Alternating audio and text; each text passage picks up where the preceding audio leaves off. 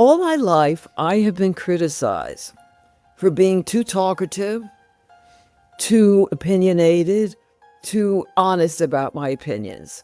I was told they were unattractive qualities, especially in a woman. And I've always apologized for that. I've always thought, oh, why can't I learn to keep my mouth shut? Why can't I be a nice, feminine, laugh at their stupid jokes and go along with it? And I just couldn't. It's just not in my nature. Now, in my 80s, because of this TikTok thing, I am being celebrated for the exact same qualities that I spent my life apologizing for. This is A Joyful Rebellion, the podcast that explores that moment you realize the life and success you worked so hard to create didn't come with all the fulfillment you thought it would. I'm your host, James Walters, and I want you to be the author of your own story. Each week, I connect with people who inspire bold answers to the question, what do I do now to create a life I love? If you're ready to start answering that question for yourself, you're in the right place. So let's start a joyful rebellion. Imagine spending your whole life being told you're too much, too opinionated, too talkative, too bold, only to reach your 80s and realize the world finally wants exactly what you have to offer. Well, that's what happened to today's guest, Annie Korzen. Annie is an actor, storyteller, and now an accidental influencer with a massive TikTok following.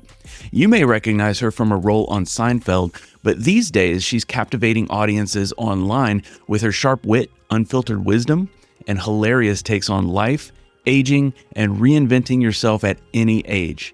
And she's just released a new book. It's called The Book of Annie, Humor, Heart, and Chutzpah from an Accidental Influencer. It's a must-read filled with engaging storytelling and life lessons. In today's conversation, we talk about how Annie's social posts became a viral sensation, why saying, yeah, why not, can change your life, and how embracing what makes you different is the key to success. We also dig into the power of storytelling, overcoming rejection, and Annie's candid takes on modern life. So get ready for a conversation filled with humor, insight, and just the right amount of rebellion.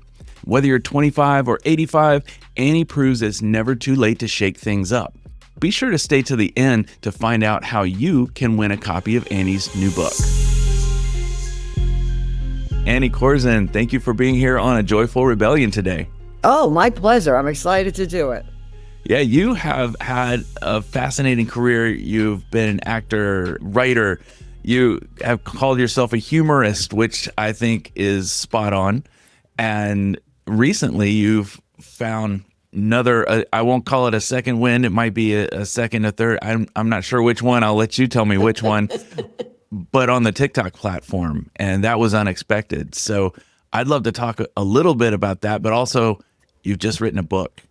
And it is hilarious. I've started reading it, and I haven't read the whole thing yet, but I want to talk a lot about that and what led up to writing that book. So, but I'm going to test you, James. I'm going to test you to see if you can pronounce all the words of the title of my book. Oh my gosh! It's a test. Okay, let's hear it. It's The Book of Annie: Humor, Heart, and Chutzpah from an Accidental Influencer. Did I get it right? Wow, you did. Congratulations. Because I've gotten all kinds of Chutzpah and Chutzpah and, that's good for you, yes.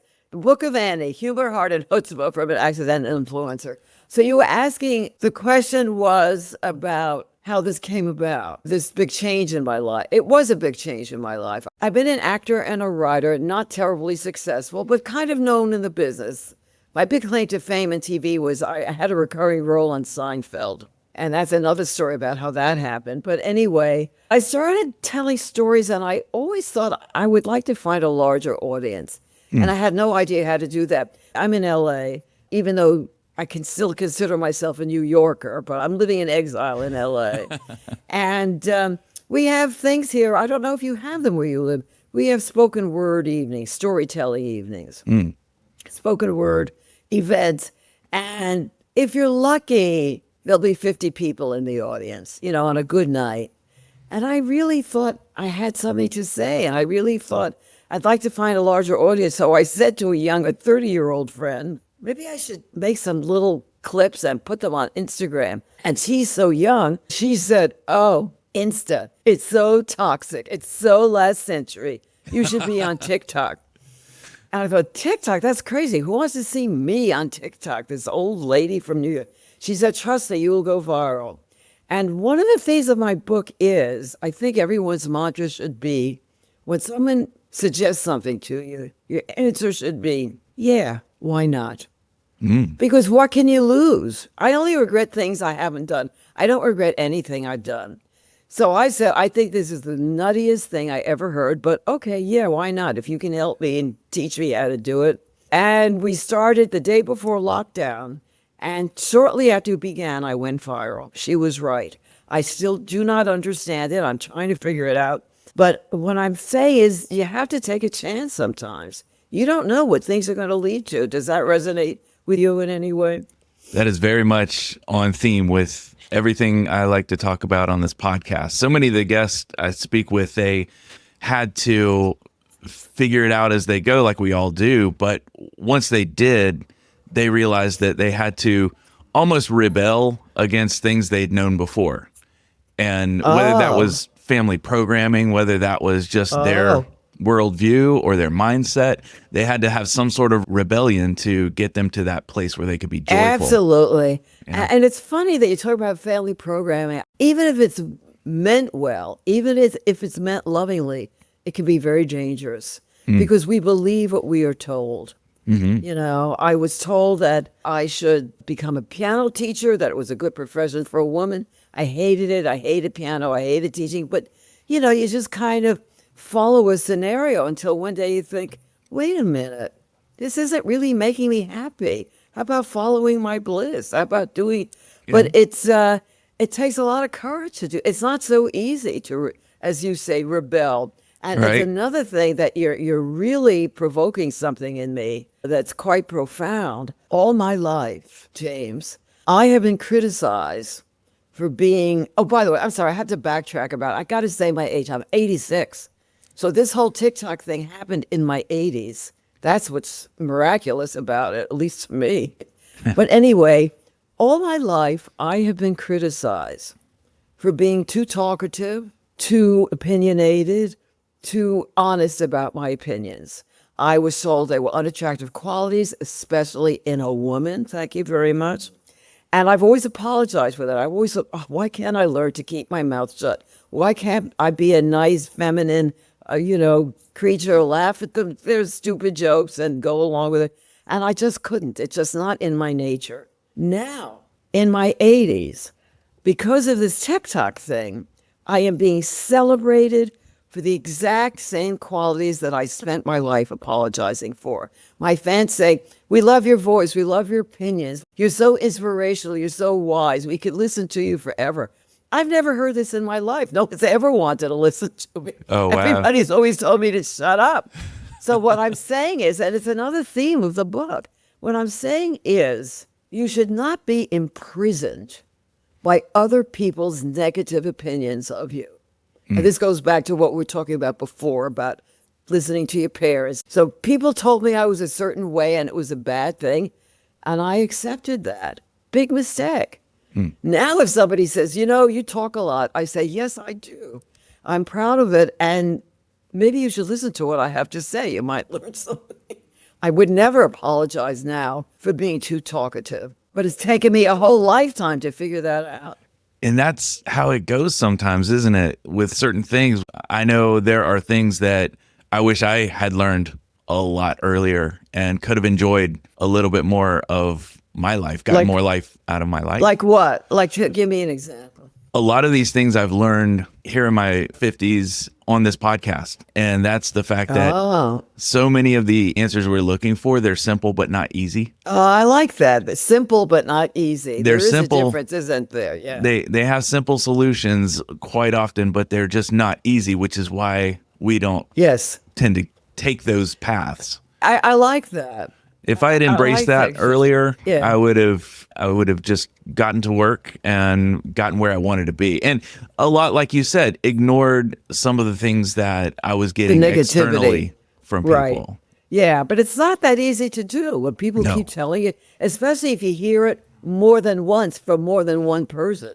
Right. So many people said, and also you have to understand, by the way, my husband is a Dane. So I spent a lot of time in Denmark. And in Denmark, in that part of the world particularly, it is really considered very, how shall I say, inappropriate and unmannerly to express strong opinions. It's just not done. Or strong emotions. I always have a joke. The Danes, like the Brits, consider strong emotions to be bad manners. So people really, it's got to be nice. How are you? Oh, it's nice. Everything's nice. And I don't know if that's a thing in North Carolina. It's not a New York thing at all. But I've heard there are certain parts of this country where you have to be nice. Yes, everything's okay. No problems. And I'm the opposite. I'm saying, this is a problem. That is a problem. So I've been married for 60 years. So I spent a lot of time in a culture where that kind of being outspoken is really, really frowned upon. It's very much a thing here in the South in North Carolina, except we have a passive aggressive twist on it. Oh, So yeah. What's it's that? actually, we tend to say things like, bless your heart. I'm sure you've heard that one. And it's not a blessing. It is, oh gosh, you're so stupid. I feel sorry for you. So if you ever hear a Southerner say, bless your heart, it is very much I pity you. I pity your intellect. So, Oh, that's so funny. I love it. but you wouldn't come I right love out it. and say, I think you're an idiot. You would just say, bless your heart and move on with your day. And if you want to put an exclamation point on the end of that, you would say, I'll pray for you. And Oh my God.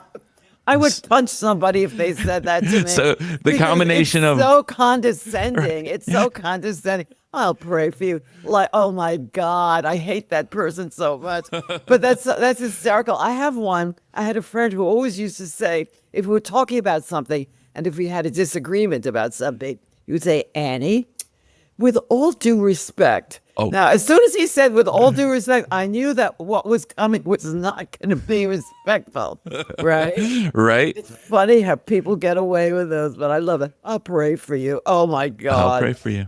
Yes.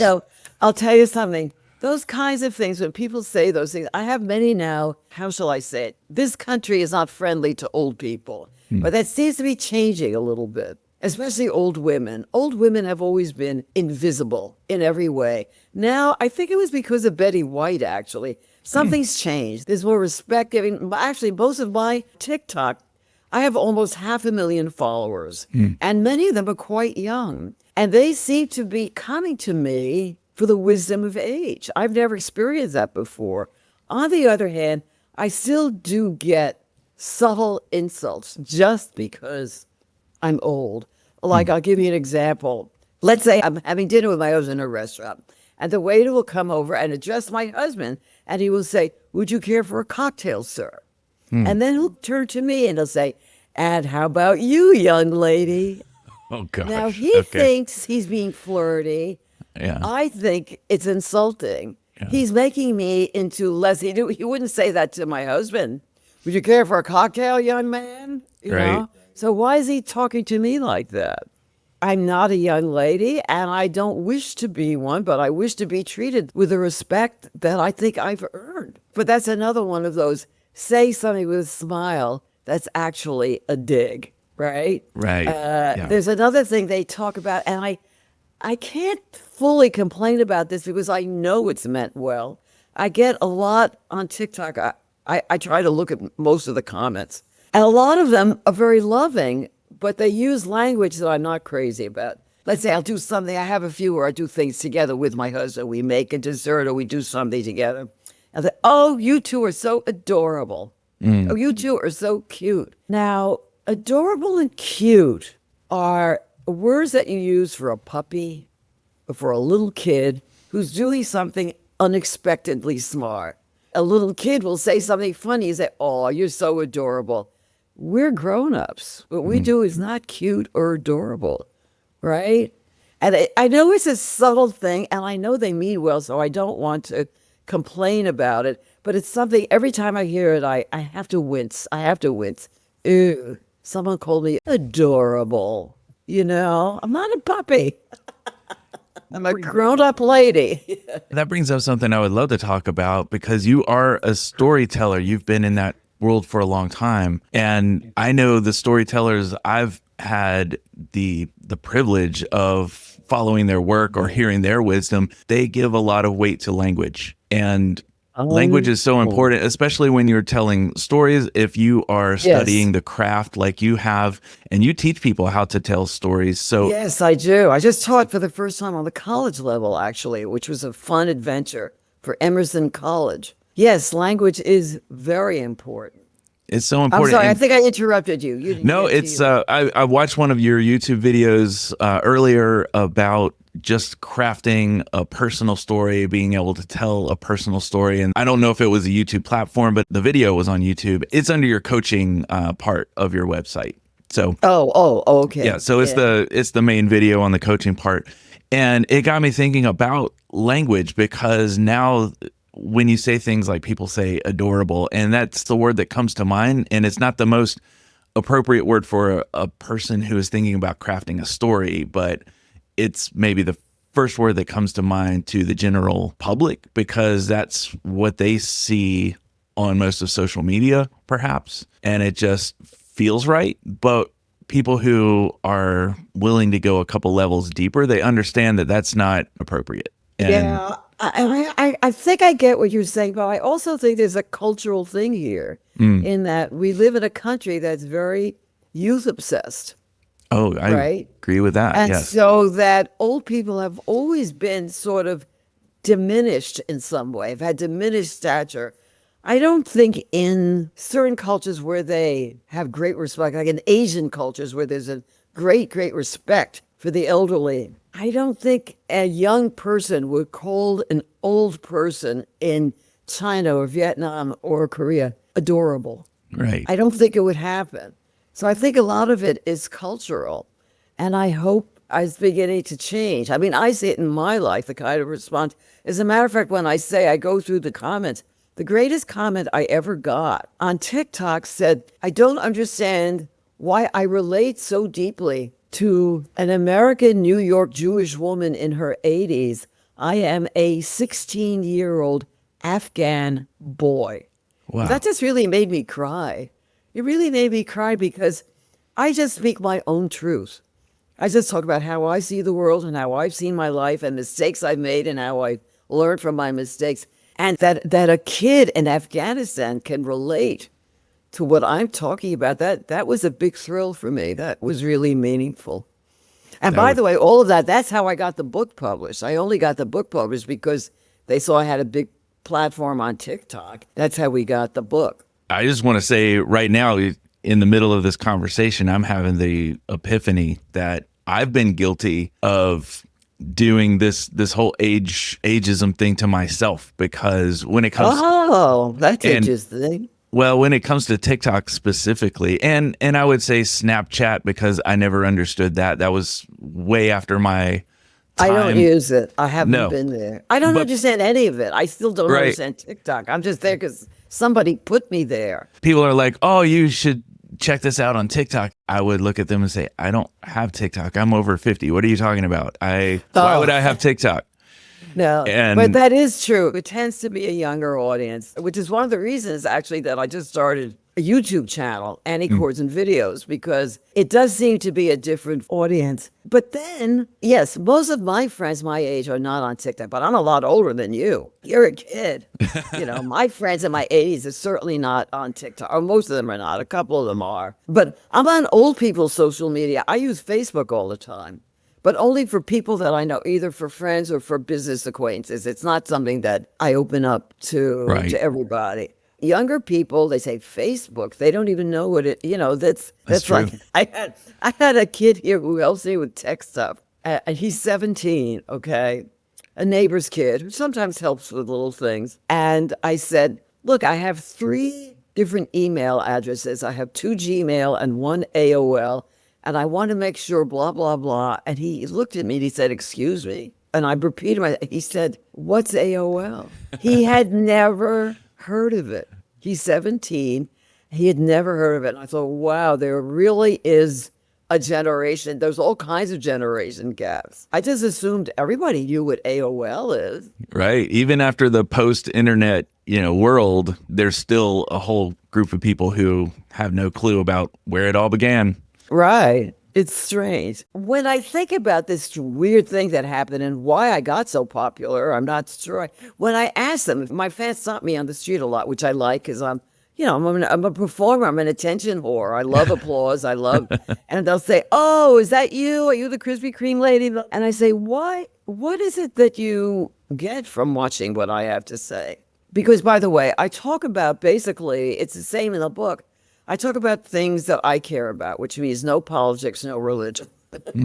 I talk about marriage and dating and motherhood and thrifting. I didn't know that was a big thing with young people. I've always been a thrifter all my life because I grew up poor. I was taught not ever to waste money. I talk about food and restaurants and travel. I talk a lot about how I see the world and what our values should be. When I say to the kids, "Well, why do you want to hear me?" And they say, "Because you're authentic." And I'm not sure what that word means, but I think what they mean is they know that I'm speaking my truth. There's no bullshit. I'm saying what I really believe, which is what I've always been criticized for, right?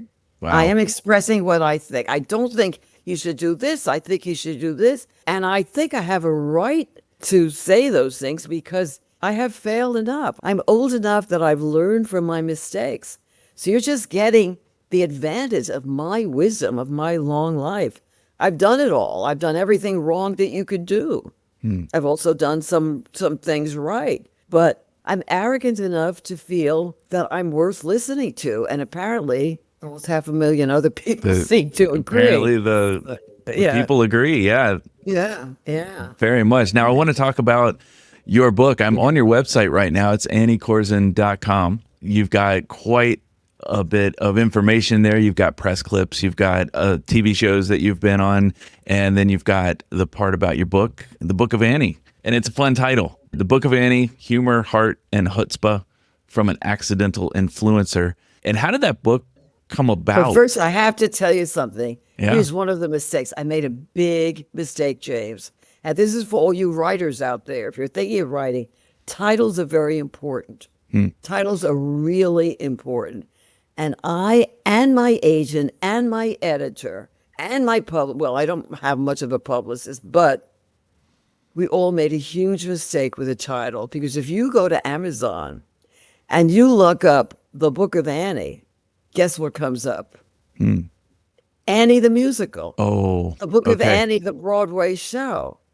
So unless you put in the whole title or unless you just look up my name, Annie Korzen, you have to dig around. And what a stupid mistake that was. And I thought we checked everything. So I feel a little bad about that. A couple of people said, "Oh, I wanted to buy your book, but I couldn't find it on Amazon." That was painful. Okay. I'll just tell them straight out. Anyone listening, go to anniekorzen.com. There's a link right up at the top of that page, and they can get right there without any search. Whoa, I didn't even know that. That's good to know. Yeah, right at the top of the publications page, it's got a picture of your book. It's got a link. Great. And it says, good. check out the Book of Annie. And if you click on that, Right. Oh, that's good to know. They You're can there. also just look up Annie Korzen. Absolutely Do you think can. people still read books? Do you still read books? I read books a lot. I read a lot do of books. too. But I'm so old school. I still like a book in my hand. I don't read on the screen. I don't like it. If I have a business book on a screen that feels a little bit transactional, meaning I read it, I learn the information, and then I am finished with it, I'll read that on a screen. But any book like your style of book that's more either memoir or even a fiction book, I get that in paperback because I like to have it. And sometimes I'll fall in love with a book and want to read it next year. So, Now you see, I'm such a cheapo. I'm such a thrifter. I don't buy books anymore. In our system here, I don't know if you have the same system in your North Carolina library system. We can order online, and they let you know when the book comes to the library. I just walk a few blocks over and pick it up. Because I have no room in my house for books. You can see my house, it's full of stuff. right. And I'm a big collector of all kinds of things. And I've just run out of space. And also, I tend to read the kind of books that I'm not going to read again. Okay. Because they're not classics. I tend to read mysteries and certain chick lit and stuff that is not important enough for me to keep. You know what I Okay. mean? The serious books I have read already. Yeah.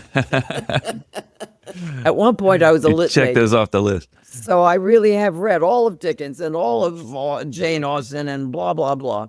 So now I just read things for the most part. Once in a while, I'll read something serious, but still, I don't feel I have to own it. Right.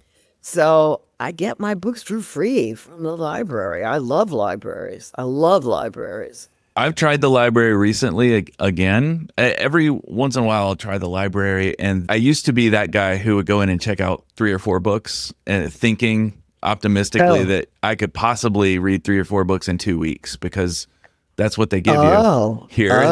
That's a lot. You bring them back and I don't know what I was thinking, but that never worked out. So I just limited myself to 1 book. And then it felt like a lot of pressure to get that done, and then life comes, takes really? over, and It was too okay. It was too much. It was too much pressure. I think I mentioned that I was a regular on Seinfeld, and that was an experience that changed my life professionally. Are you a Seinfeld fan?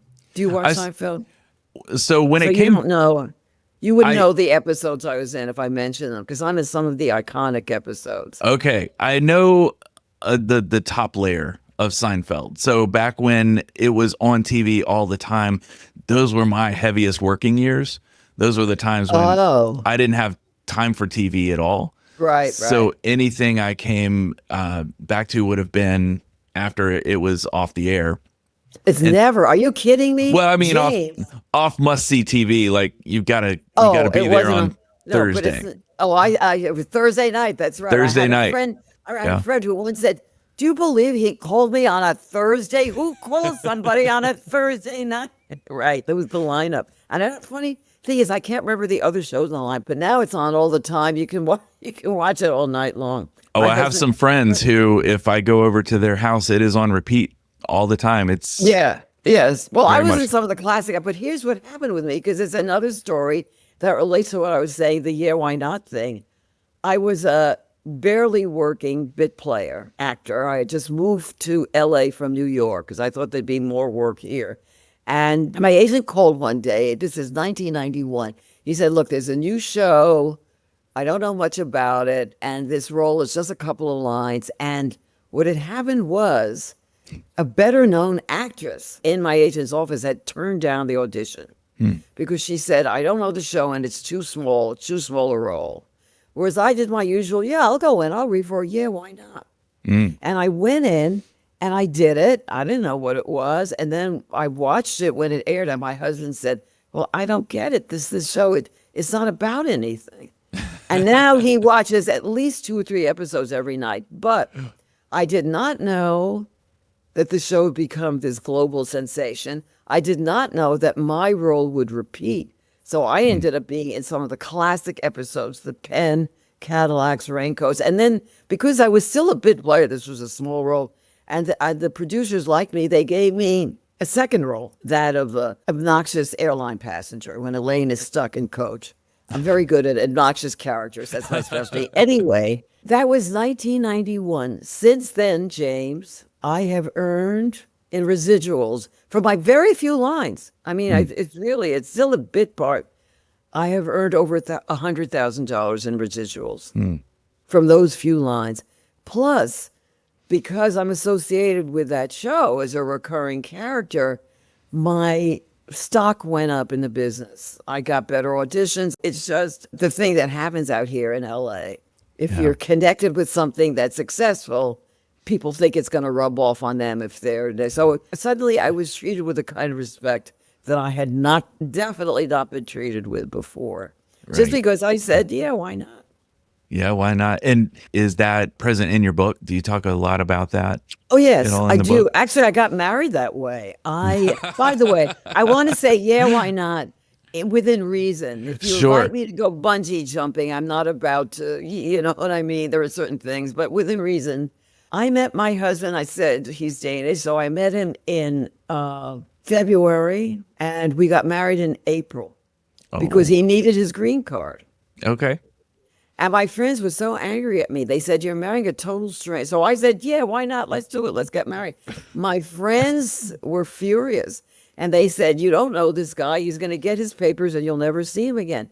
And I said, no, it doesn't feel like that. It feels real. I think this is real. And that was over 60 years ago. We're still together. And we're still getting to know each other.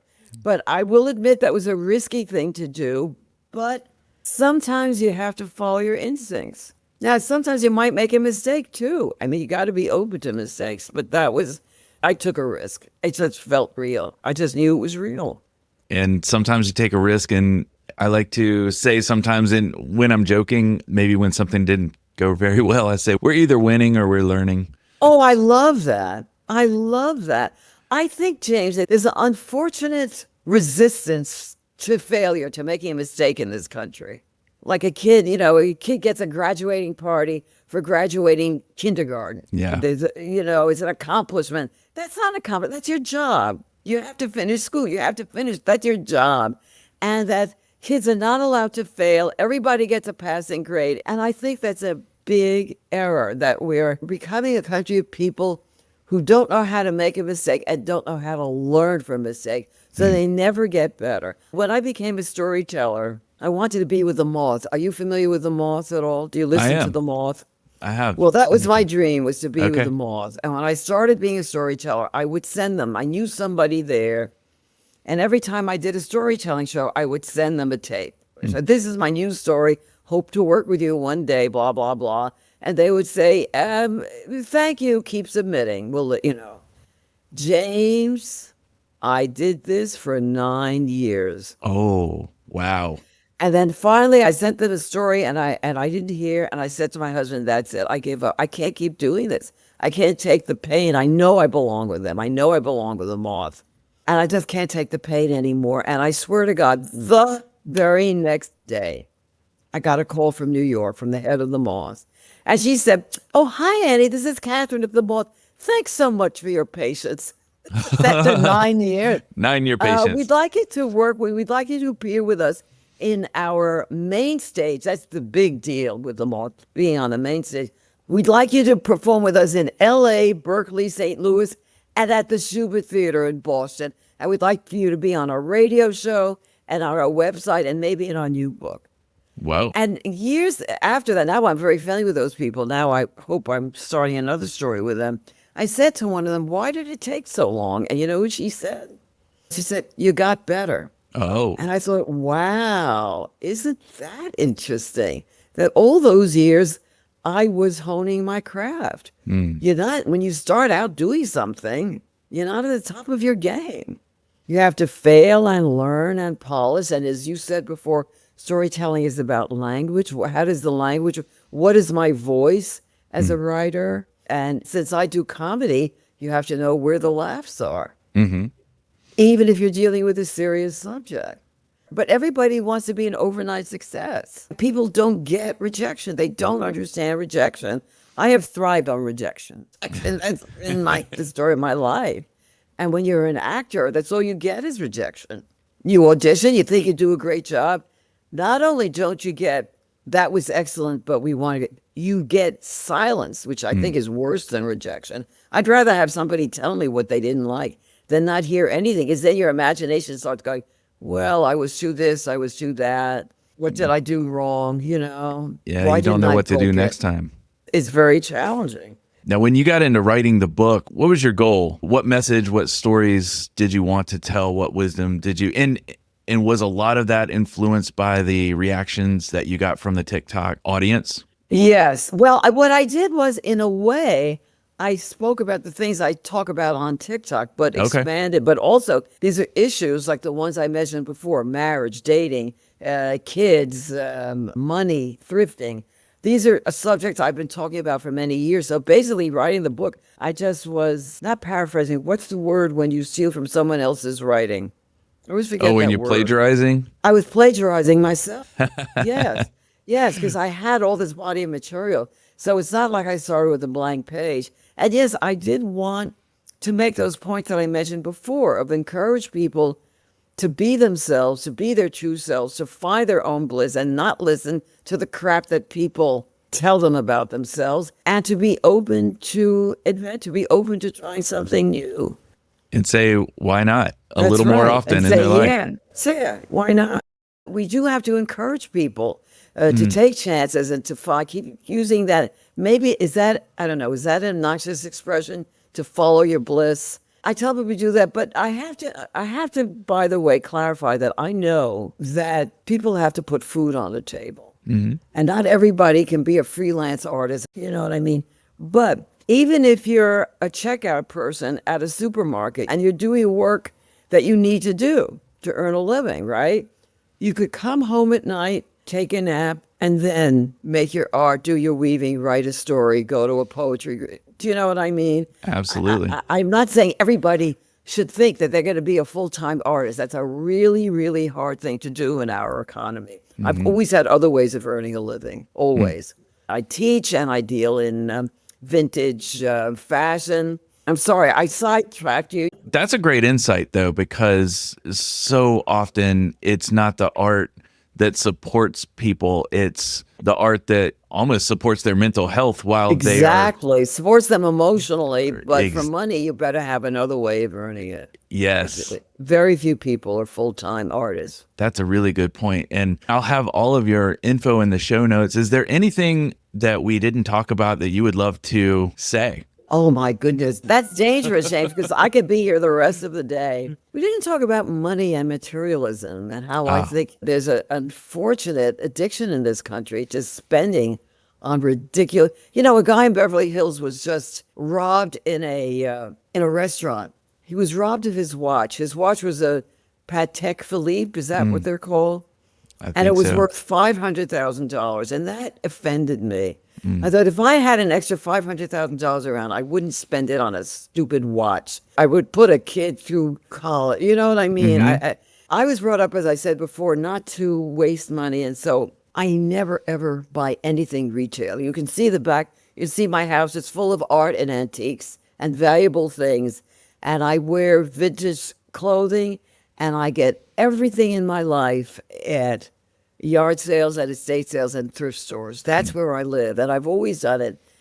I didn't know that that's become a movement now, that young people are thrifting. I had no idea before I started talking about it, that, you know, to go to Macy's and spend $50 on a pair of shorts or on a T-shirt, we can go to my local thrift store. Goodwill has sales once a week where a lot of tags are $1. I think there's a lot of waste. People are buying things, spending a lot of money on things, and then throwing them out. So I just feel we have to sort of rethink about what makes us happy. And those things don't really make you happy. Did that watch make that guy happy? I really doubt it.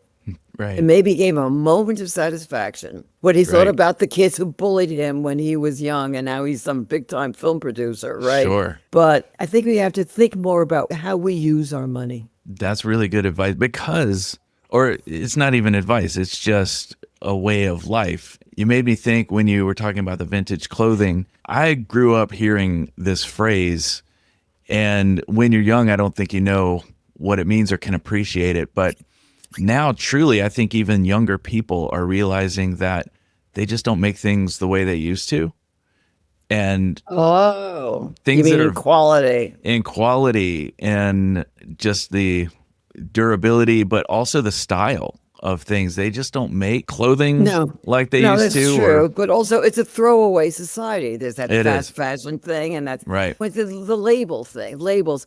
I saw a couple in the park. They had a 2-year-old, a toddler. Okay, and James, she was wearing a T-shirt. That little girl wearing a T-shirt, and across the T-shirt it said Balenciaga. So she was wearing a high fashion label on a T. I thought it was child abuse. I thought it was offensive to use an innocent child to advertise a label. And that label actually has had some image problems lately. I forget what. But I mean, to put your child in a Chanel, I don't get that. I just, if I'm going to advertise for somebody, they got to pay me. That's right. Well, Annie, thank you so much for being here. This has been the most fun conversation I've had in a very long time. And Well, I was going to say the same to you. This has really been the best podcast I've had. One of the best so far. It's always a crapshoot. You never know what it's going to be. And I hate the people who say, so Annie, how old were you when you started acting? I mean, all these, I don't know. I don't know how to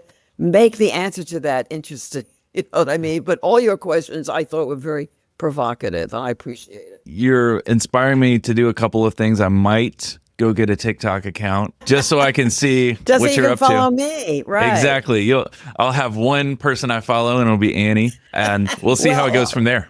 Right. Also go to YouTube. I keep forgetting to tell people about YouTube. It's called Annie Korzen Videos on YouTube. Fantastic. Well, I'll have links to all of that, and it has been a delight having this conversation with you this afternoon. Me too. Bye now, and thank you again. Thank you, Annie. Thanks a lot for joining me today. Hope you had fun and had a few laughs from that conversation. I'm excited to be giving away 2 copies of Annie's book. Right now, it's mid-February 2025. I'm going to be announcing the winners in the early part of March, so be sure to follow us on Instagram to find out how to enter to win. And I hope you come right back here next week for another engaging conversation. But until then, go be the author of your own story and get more life out of life.